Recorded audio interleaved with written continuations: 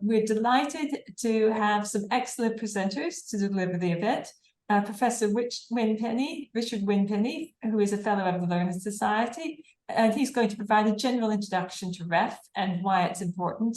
And we also have Dr. Hayley Moulding, who is the Senior Research Manager at the Higher Education Funding Council for Wales.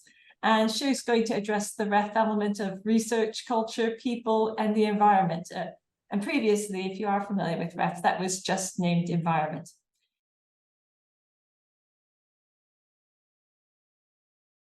So Richard Winpenny was born and educated in Port Talbot. He obtained both his degrees from Imperial College, London. His PhD studies with Professors David Goodgame and David Williams involved synthesis and structural characterization of coordination polymers. After a period at Texas A&M, working as a postdoctoral fellow with Professor Falkler Jr., he moved to lectureship at the University of Edinburgh. And in 2000, after 10 years in the frozen wastes of northern Britain, he was appointed the chair of inorganic chemistry at the University of Manchester. And since 2018, he's been the EPSRC Established Career Fellowship and an ECR Advanced Grant. He's held those, sorry. He's been Associate Dean for Research in the Faculty of Engineering and Sciences at Manchester and head of the School of Chemistry. He wrote the Manchester Chemistry Department Environmental Statement for REF 2020, and he's presently the Science Director of Voice at Manchester and a Fellow of the Learned Society and a member of the Academy of Europa.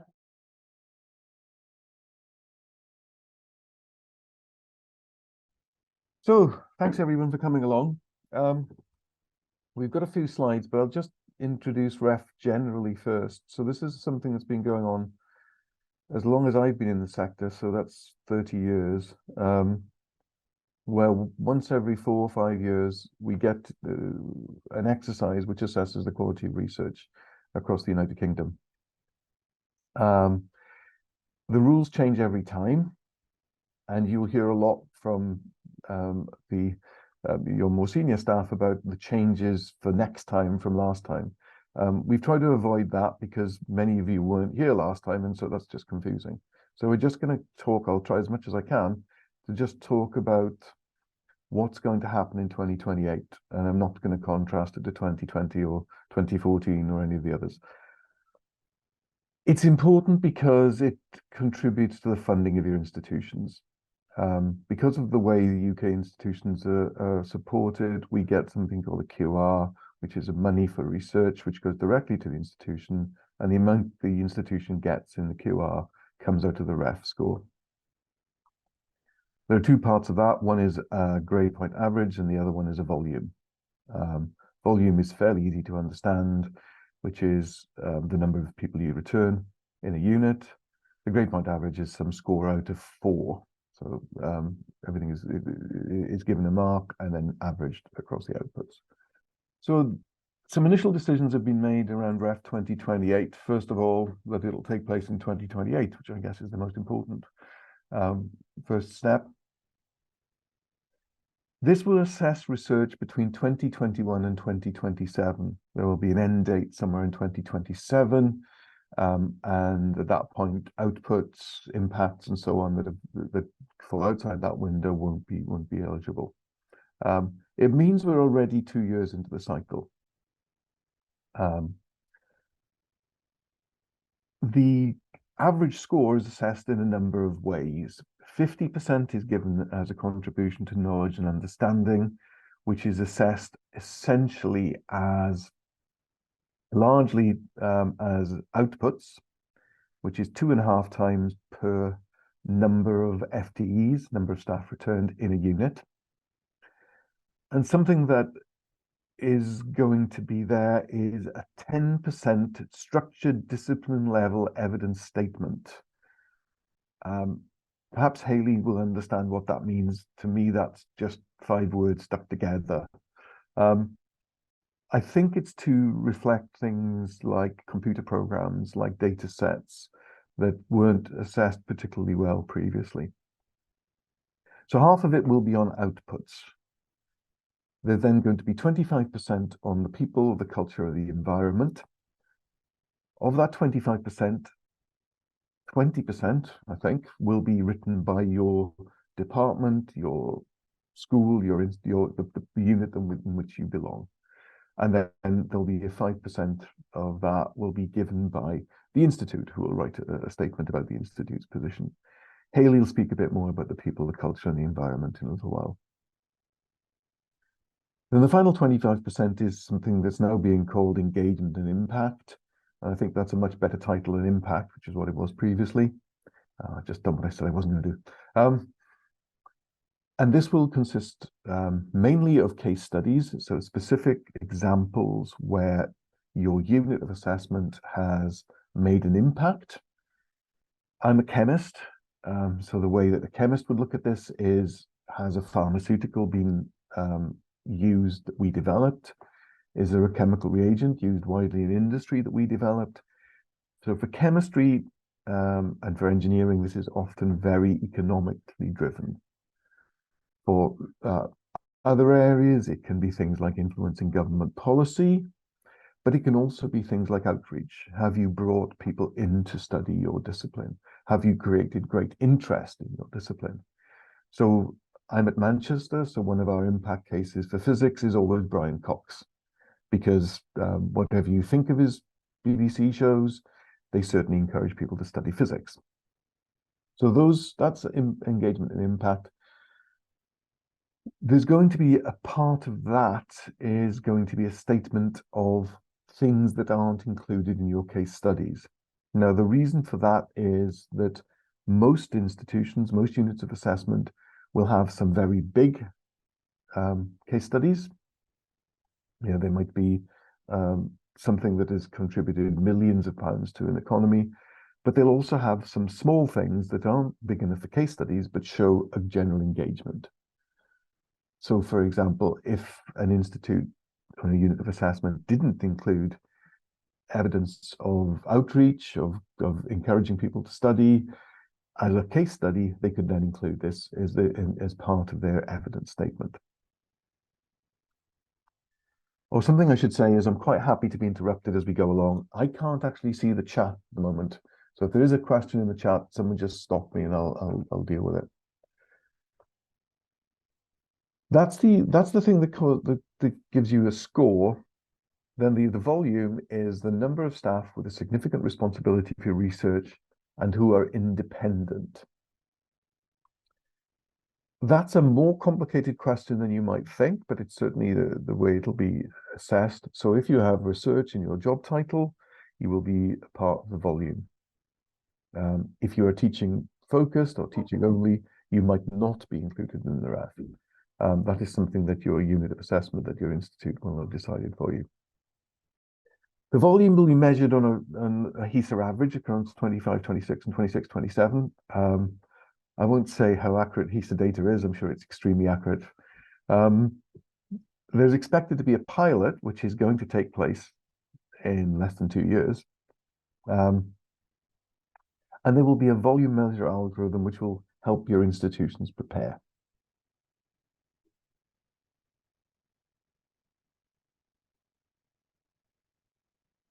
Okay, so the biggest contribution, it's 50%, is knowledge and understanding, which will become called outputs in every institution in the UK.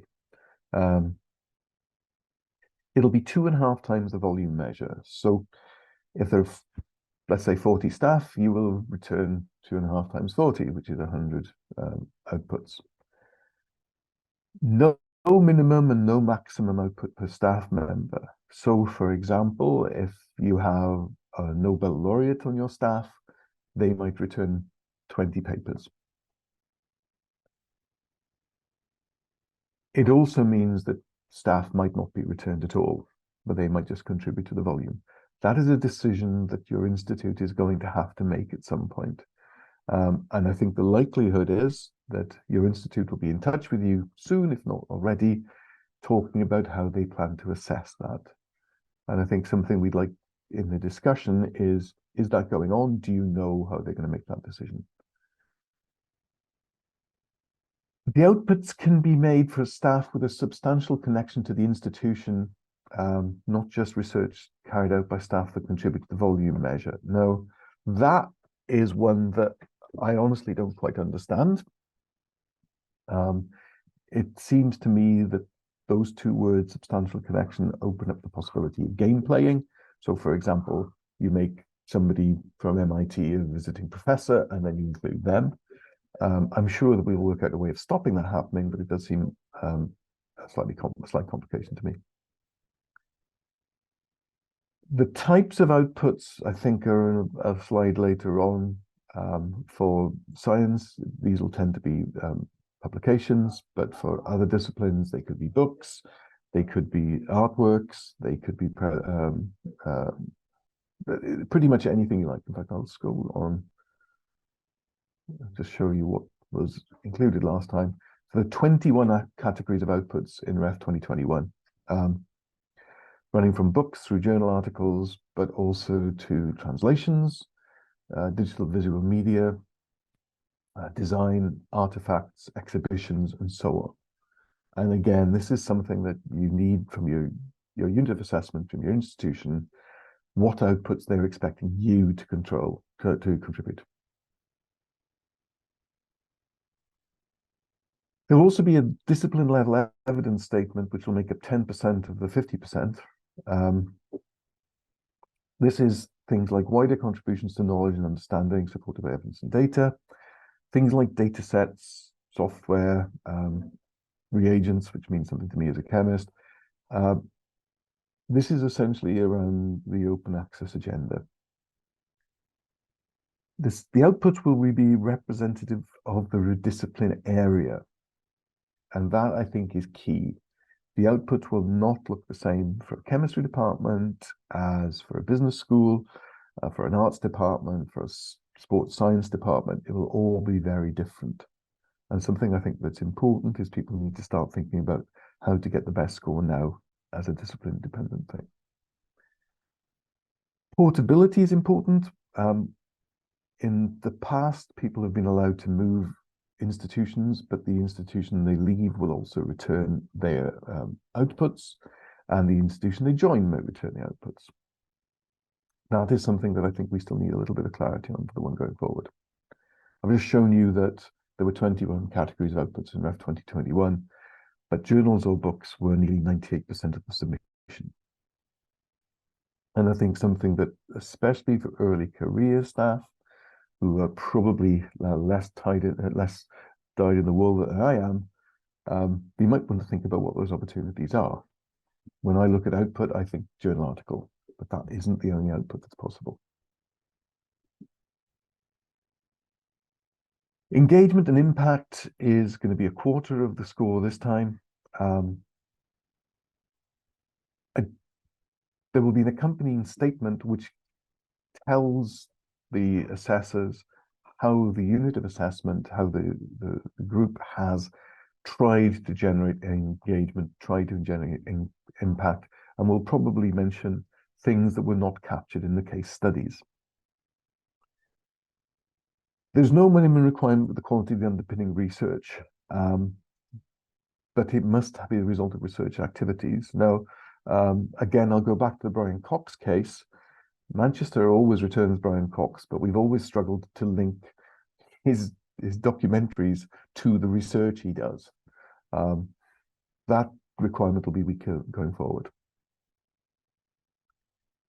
Engagement recognizes research that spans disciplines and incredible engagement with stakeholders. Sorry, these aren't my words. Basically, have you talked to the general public? Have you talked to industry? Have you talked to policymakers? The REF team centrally, I think, is trying to develop a better guidance as to what engagement means, because I think at the moment it's quite woolly. Serendipitous impact will be remain a viable element. So, for example, things that you didn't intend to do that are picked up elsewhere will be included. And I think that's very important. For your senior managers, possibly for yourselves, but certainly for your senior team, the FTE thresholds will change. Now, one of the issues for the previous refs has been the number of impact cases has sometimes been quite high. And especially for medium and smaller team of assessment. And that has changed for the next one. And again, something that's needed is clarity about portability of impact cases, because quite frequently some of them have done a piece of work in one institution, moved, and then the impact is achieved in the the staff is employed at the second institution, but the impact was actually generated the first, and how that is handled needs some clarity.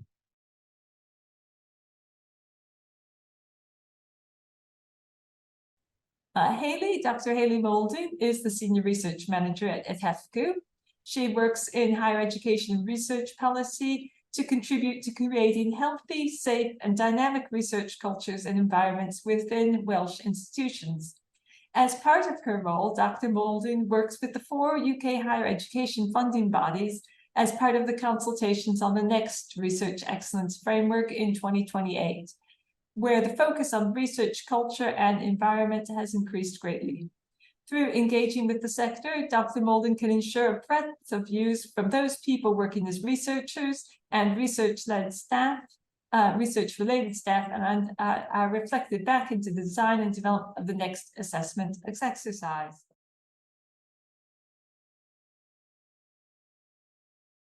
As Richard mentioned at the beginning, there's those 3 elements that make up kind of the ref assessment more broadly. And what I'm focusing on is the people, culture, environment one. And as Kathy said at the beginning, this was known previously as environment only.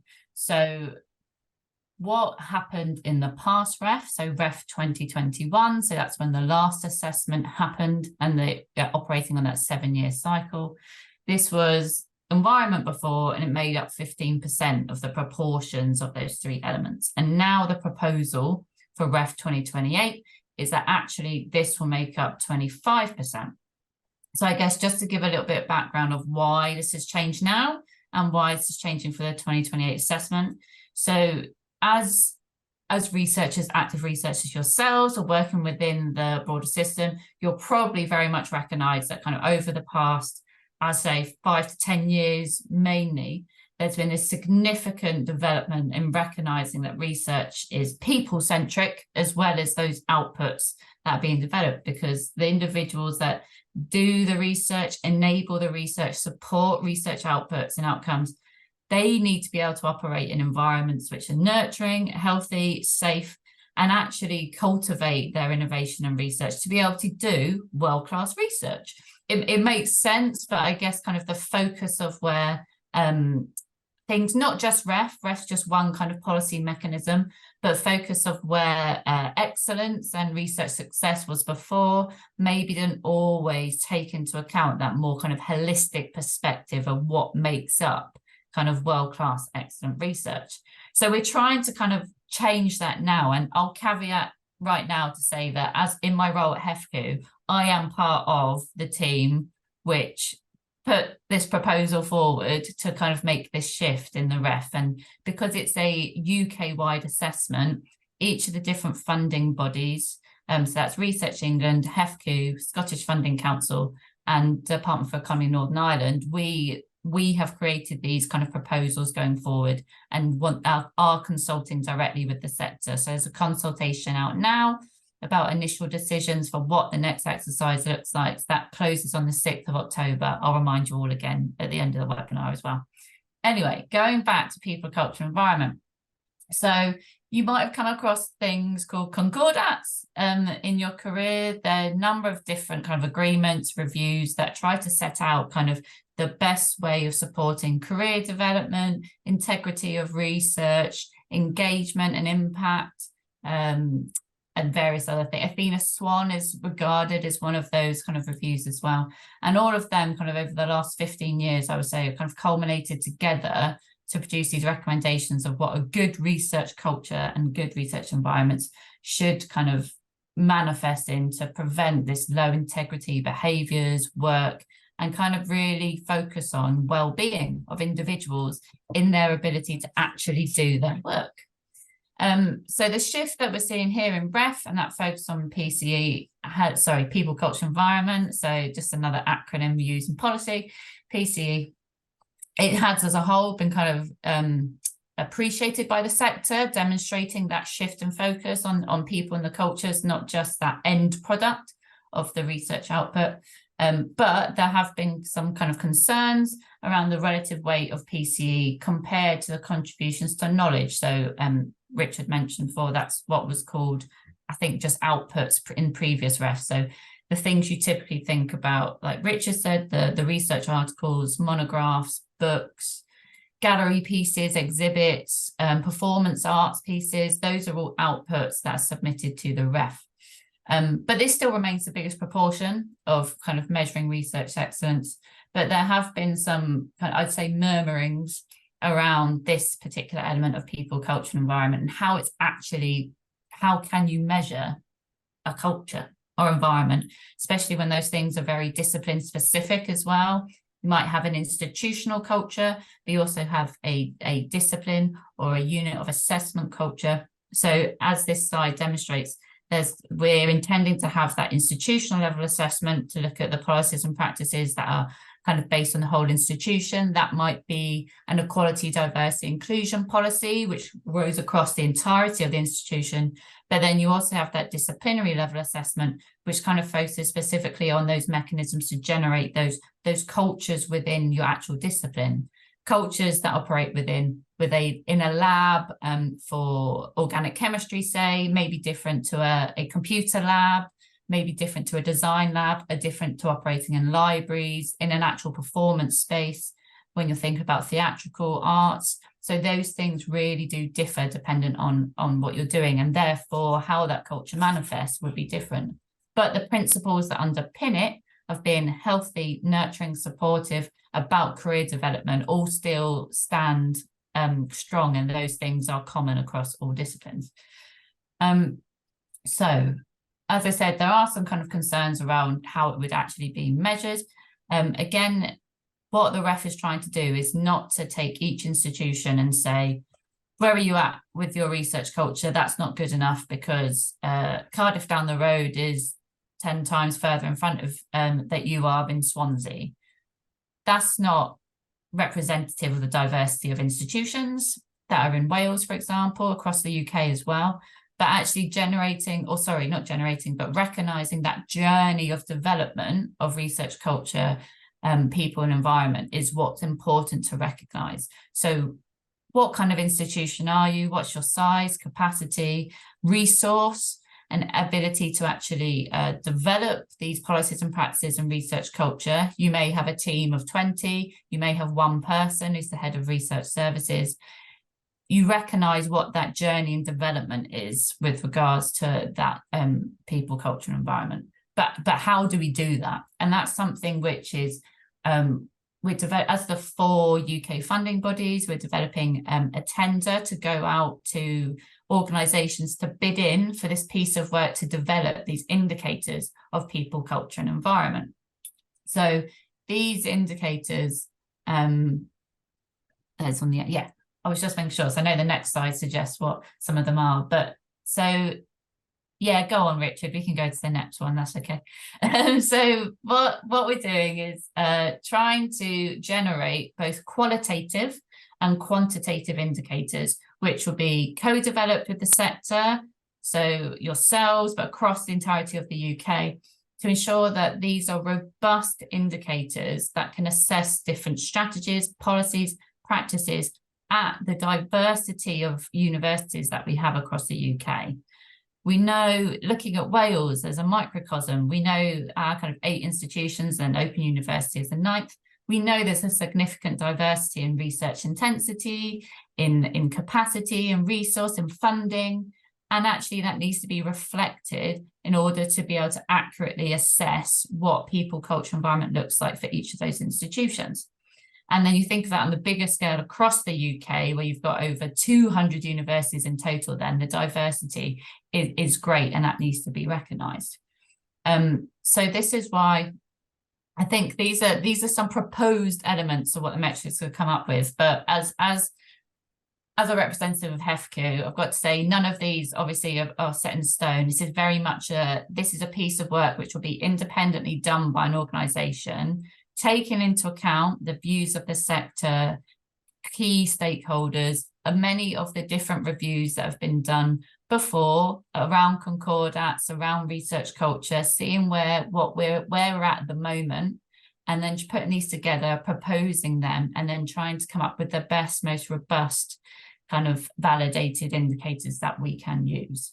So I think with the people, culture, environment aspect of things, the shift is that there's a bigger focus on it, and that's a positive move, demonstrating that people, culture, environment is kind of core to what research excellence is. But it's also fair to say that we haven't definitively worked out how best to assess that. Very wary that research, culture, and environment, there's many different facets to it. One of them's moral. You should enable people to be able to work in a healthy environment, but there's also an economic element of, if you enable people to want to come to work, they stay in that institution, they might bring other great researchers to there, you retain that talent, you retain talent in Wales, keep them in our institutions, keep world-class research happening. But we also know that for kind of high integrity of research, you also need to ensure that people aren't experiencing poor behaviours, bullying, harassment happening in institutions like they do in all organisations, but recognising that that's not conducive to world-class research. So this is a really important piece of work which will be launched at the end of September, to be able to develop these indicators to really ensure that there's representation across the sector of where institutions are at. And there'll be a number of things fed into that, some of which are in this table, I'm sure. But again, that will be developed by the organisation that does the piece of work and reflected back to the sector in roundtables, webinars, engagements, conversations, to ensure that they really are reflective of everyone that is operating within the research sector, not just academics in the traditional sense, but research enabling staff. So that's technicians, that's support staff, that's professional services staff, which are part and parcel of the ref as well. There's a lot of communication, engagement, marketing elements that come into it. So it's really trying to look at that holistic approach as well. So it's really exciting because of this focus, and you can tell I'm very biased because that's part of my policy. Favourite areas is research, culture, and environment, but it is also a challenge to ensure that this is really robustly and appropriately done, and also that it doesn't become a tick box exercise whereby the universities looking across the seven with the most money, the longest tradition, they're the ones that can pump in loads of funding into one area to really boost up what looks like a brilliant culture. But when you start to pick at it and delve deeper, that's not necessarily a genuine representation of what's happening. So it's not an easy task, it's a challenge, but it's one that hopefully will demonstrate this understanding of that holistic perspective of research excellence.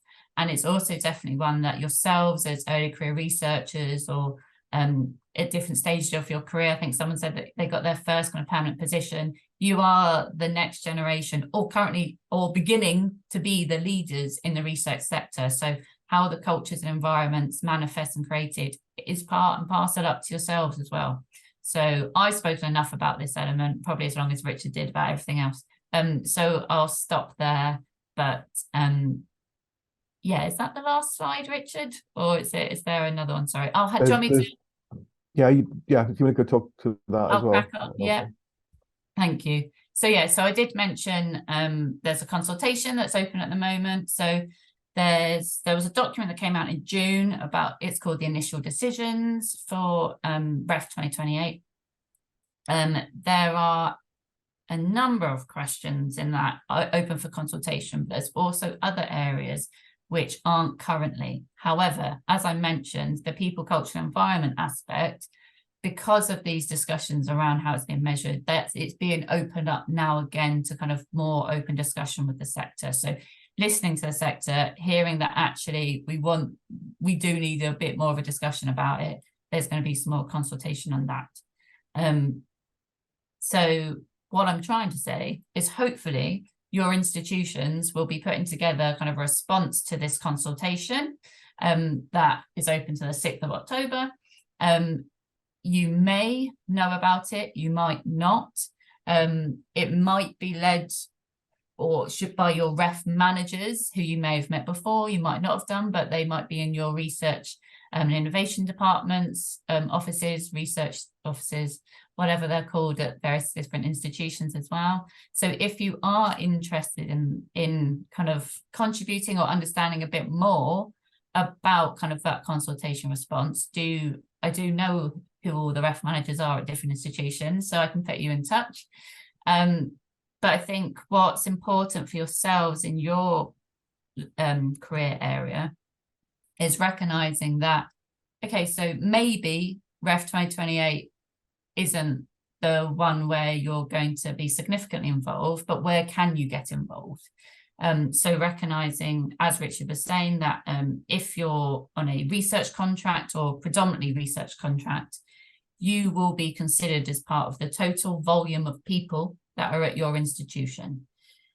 However, for Ref 2028, anyone operating within kind of the broader area of research is able to submit their work into Ref. There are different elements of that. You can submit it to your institution, the institution might not pick it. That's down to institutional kind of policy. That's not for me to comment on. But that does then encouraging ECRs, mid-career researchers, technical staff as well, to be involved in that development of demonstrating that there are various different outputs, different work, different individuals doing that work. That conversation can start in your institutions and be really supportive going forward. And I know it sounds like ages away, but Ref 2035, for example. So yeah, I think it's recognizing where you can contribute now, but having that understanding of what it is and how it's changing and what it's trying to do, I think really has a helpful, is one of many different elements, but helpful steer on how you can build your research teams, your environments, your capacity to do work and where you want to do that work as well. Just to mention as well, Richard said with the unit of assessment, there's 21 of those units where work falls into. Those remain the same from the last ref to the next one. But there was, understandably, of course, a caveat in the last ref around the impact of COVID. That was recognizing how some disciplines would be more affected than others for numerous different reasons. Might be the size of that unit. It might be actually that there was a higher proportion of carers within that particular unit, which is very interesting to work out, where you look at the gender distribution and then actually where there's a higher impact as a result of ref. Oh, sorry, not ref, COVID. So that still is being considered for Ref 2028 to a lesser extent, but recognizing that there are obviously chronic kind of changes as a result of COVID, recognizing that particular units, particular disciplines may not have got back up to full capacity as a result, recognizing long COVID, but also all of that is taken into account when we also think about other characteristics, individuals that may have a disability, carrying responsibilities, marginalised, minoritized groups. Those things are part and parcel of how we are developing the next exercise as well, but also recognising that a global pandemic was quite a unique, it's one way of defining it, kind of experience of how that had a cataclysmic kind of impact across the research and higher education sector. So that remains part of recognising kind of that influence on research outputs capacity as well.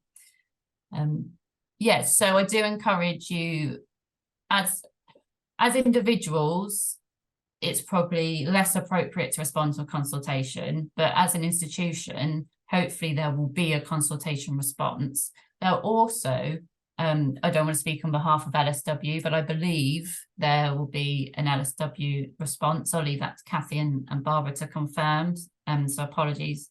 But they're also, I think, working with the Universities of Wales and Welsh Innovation Network. We're thinking of a way where we might be able to kind of get together, or I say we, I need to stand out of it because I'm HEFQ, but how there could be a broader kind of Welsh response to consultation as well. So yeah, keep your ears and eyes open of how to do that. But also, as I said, kind of getting in touch with ref managers could be a way into having a deeper understanding of what is going on and what is developing as well.